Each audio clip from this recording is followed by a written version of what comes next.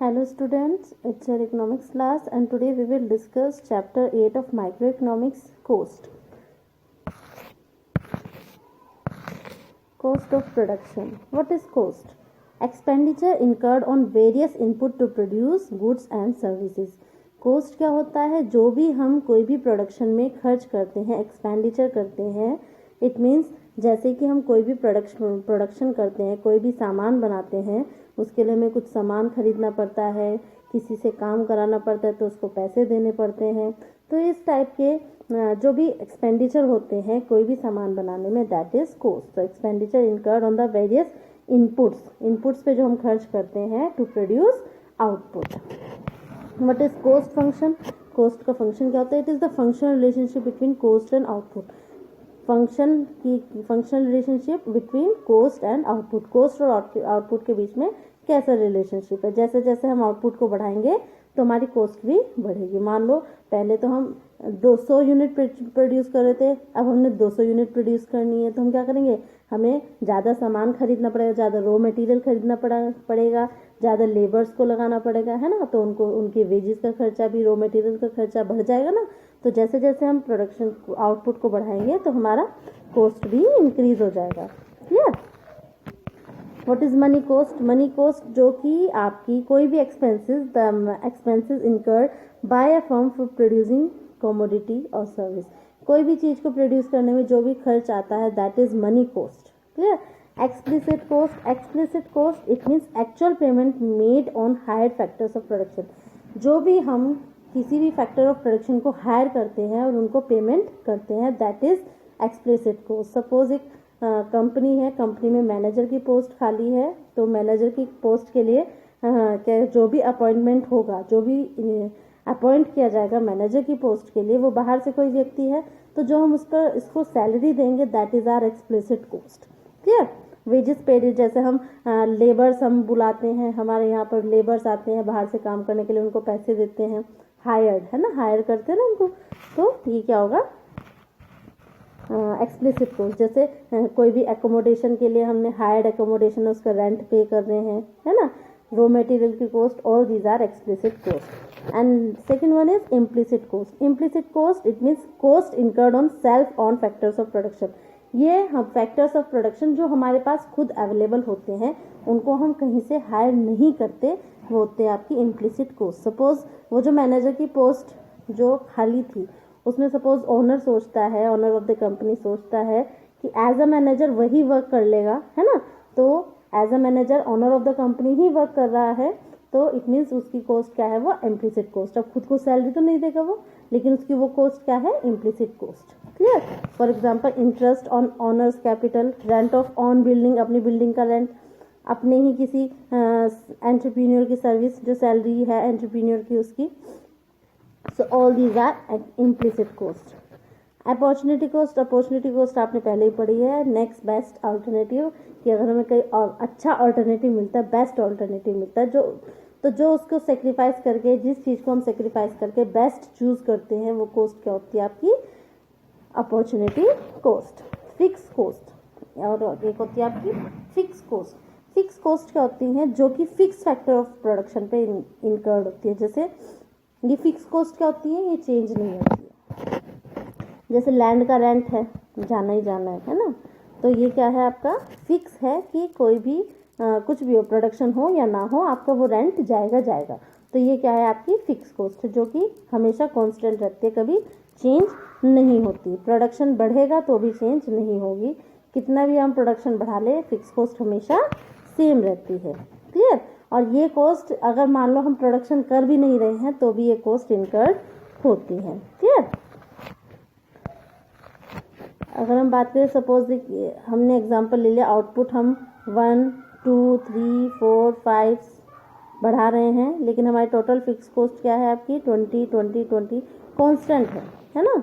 जैसे जैसे अगर हमने देखा है कि आउटपुट 0 भी है तो भी हमारी फिक्स कॉस्ट 20 है। क्लियर? ये जब इसका डायग्राम बनता है, जब इसका कर्व बनता है, तो ये हमेशा एक्स एक्सिस के पैरेलल बनती है, क्योंकि ये फिक्स है। क्लियर? टीएफसी को हम ओवरहेड और सप्लीमेंट्री और अनअवॉइडेबल कॉस्ट भी कहते हैं। इट मीन्स जो हमें पेमेंट करनी ही करनी है, ये फिक्स है कि हमारा खर्च होने वाला है। एक होती है आपकी total variable cost. Variable cost जो कि वेरिएबल इनपुट या वेरिएबल फैक्टर्स ऑफ प्रोडक्शन पे जो हम खर्च करते हैं, जैसे मान लो हमें प्रोडक्शन करना है, प्रोडक्शन बढ़ाएंगे तभी तो हम लेबर को काम पे लगाएंगे, है ना। जैसे लेबर्स पे खर्च करना है, मान लो प्रोडक्शन बढ़ाना है तभी तो हम रॉ मटेरियल खरीदेंगे, तो रॉ मटेरियल पे खर्च करना। सो इन पर जो हम खर्च करते हैं, इन पर जो हम एक्सपेंडिचर करते हैं, ये होते हैं हमारी variable cost, total variable cost, है ना। ये जैसे जैसे हम आउटपुट को बढ़ाते हैं तो वेरिएबल कॉस्ट भी बढ़ती जाती है। Clear. They are also prime cost, direct cost और अवॉइडेबल कॉस्ट। ये कॉस्ट जीरो भी हो सकती हैं। ये कॉस्ट जीरो कब होती है? जब आउटपुट जीरो होता है। क्लियर। ये कॉस्ट जीरो कब होती है? जब आउटपुट जीरो होता है। न्यूमेरिकल एग्जांपल देखते हैं। जैसे जैसे हम आउटपुट बढ़ा रहे हैं 0, 1, 2, 3, 4, 5, हमारी वेरिएबल कॉस्ट भी बढ़ती जा रही है। जीरो पे जब जीरो आउटपुट था तो वेरिएबल कॉस्ट भी जीरो थी, है ना। 1 पे किया तो 10 हो गया, 2 पे आए तो 16 हो गया। इट मीन्स कि हमारा जो वेरिएबल कॉस्ट था वो बढ़ता जा रहा है। क्लियर। डायग्रामेटिक अगर इसका देखते हैं तो वेरिएबल कॉस्ट जो है ओरिजिन से स्टार्ट होता है। ओरिजिन से क्यों स्टार्ट हुआ है? क्योंकि प्रोडक्शन जब आउटपुट जब जीरो है तो वेरिएबल कॉस्ट भी जीरो है, इसलिए ओरिजिन से स्टार्ट हुआ है। ओरिजिन से स्टार्ट होकर के इसकी शेप इस तरीके से जाती है वेरिएबल कॉस्ट की। क्लियर। अब वेरिएबल कॉस्ट में फिक्स कॉस्ट में डिफरेंस क्या है? पहले तो वेरिएबल कॉस्ट क्या है कि जैसे जैसे आउटपुट बढ़ता है तो वेरिएबल कॉस्ट की वैल्यू अलग हो जाती है, बढ़ जाती है। और फिक्स कॉस्ट क्या है? ये जैसे जैसे आउटपुट बढ़ता है ये बदलती नहीं है, ये एक जैसी रहती है। क्लियर। टाइम पीरियड, ये शॉर्ट पीरियड में बदल सकती हैं और ये शॉर्ट पीरियड में फिक्स कॉस्ट क्या होते हैं? शॉर्ट पीरियड में फिक्स रखते हैं। Cost of zero level, cost at zero level, अगर जीरो लेवल का आउटपुट है तो आपकी वेरिएबल कॉस्ट जीरो होगी, लेकिन जीरो लेवल ऑफ आउटपुट पे वो आपकी फिक्स कॉस्ट कभी भी जीरो नहीं होगी। फैक्टर्स क्या है कि फैक्टर्स इसमें जो होते हैं वेरिएबल फैक्टर्स होते हैं। खर्च करना किस पर? वेरिएबल फैक्टर, तो वेरिएबल कॉस्ट होगी। और अगर हम फिक्स फैक्टर पे कोई भी कॉस्ट कर रहे हैं तो वो कौन सी होगी? फिक्स कॉस्ट होगी। शेप कैसी होगी? शेप इसकी अपवर्ड स्लोपिंग होगी, ऊपर की तरफ स्लोप करके जाएगी। और इसकी जो TFC है उसकी शेप हमेशा एक्स एक्सिस के पैरेलल होगी। क्लियर। नेक्स्ट है आपका टोटल कॉस्ट। टोटल कॉस्ट ये है आपका कि जो हम total fix cost plus total variable cost. क्या होता है total cost? Total fix cost plus total variable cost. It means जो ओवरऑल कॉस्ट है वेरिएबल फैक्टर्स पे भी और फिक्स फैक्टर पे भी जो हम खर्च कर रहे हैं उन सब का सब मिलाकर के क्या आ जाएगा आपका total cost. Total cost it is the total expenditure incurred on factors and non factors input in the production of goods and services. ये कैसे निकलती है हमारे पास? It is obtained by summing TFC and TVC. TFC plus TVC is equals to what? Total cost. अगर हम देखें इस वाले टेबल को ध्यान से, अगर हम देखें इस वाले टेबल को, यूनिट्स दे रखी हैं 0, तो यूनिट 0 पे टोटल फिक्स कॉस्ट 60 है, लेकिन टोटल वेरिएबल कॉस्ट क्या है? 0, क्योंकि अगर आउटपुट 0 है तो वेरिएबल कॉस्ट 0 होगी, है ना। आउटपुट 0 है तो वेरिएबल कॉस्ट 0 होगी, लेकिन टोटल फिक्स कॉस्ट हमारी 60 है, तो इसीलिए हमारी टोटल कॉस्ट क्या आ गई? 60। Fix cost plus variable cost is equals to total cost. 1 पे अगर यूनिट 1 पे टोटल फिक्स कॉस्ट तो हमारी 60 रहेगी, कांस्टेंट है। टोटल वेरिएबल कॉस्ट हमारी 20 होगी, तो टोटल कॉस्ट क्या आ गई? 60 प्लस 20 इज इक्वल्स टू 80। तो इसी तरीके से टोटल कॉस्ट कैसे निकलेगी? हमेशा टोटल कॉस्ट निकलेगी बेटा हमारी हमेशा TC is equals to TFC plus TVC। Clear. अब इसका डायग्राम अगर देखें ध्यान से तो फिक्स कॉस्ट का डायग्राम कर्व कैसे जाएगा? हमेशा एक्स एक्सिस के पैरेलल जाएगा। क्लियर। वेरिएबल कॉस्ट का स्लोप करके जाएगा, अपवर्ड स्लोपिंग। तो जो TC का जो कर्व होता है वो कैसे बनता है? TC का कर्व जहाँ से FC जहाँ से फिक्स कॉस्ट होता है ना, ओरिजिन से, यहाँ से इस पॉइंट से स्टार्ट करके वेरिएबल कॉस्ट के पैरेलल बनाते हैं। कैसे बनाते हैं? वेरिएबल कॉस्ट के पैरेलल बनाते हैं। अब इसको ध्यान से देख लेते हैं कि फिक्स कॉस्ट का कर्व तो हमारा पैरेलल बन जाएगा। क्लियर। अब जो हमने वेरिएबल कॉस्ट का कर्व बनाई है तो हमारा जो टोटल कॉस्ट का कर्व है यहाँ से स्टार्ट होगा, जहाँ से फिक्स कॉस्ट का हमने किया है यहाँ से स्टार्ट करके बनाएंगे। इसके पैरेलल बना देंगे। किसके पैरेलल बनाना है? वेरिएबल कॉस्ट के ठीक पैरेलल बना देंगे। ऐसे क्यों? क्योंकि टोटल कॉस्ट किसके इक्वल है? Total fix cost plus total variable cost. अगर हम फिक्स कॉस्ट निकालें, सपोज हम फिक्स कॉस्ट निकालें, total cost minus total variable cost is equals to total fix cost.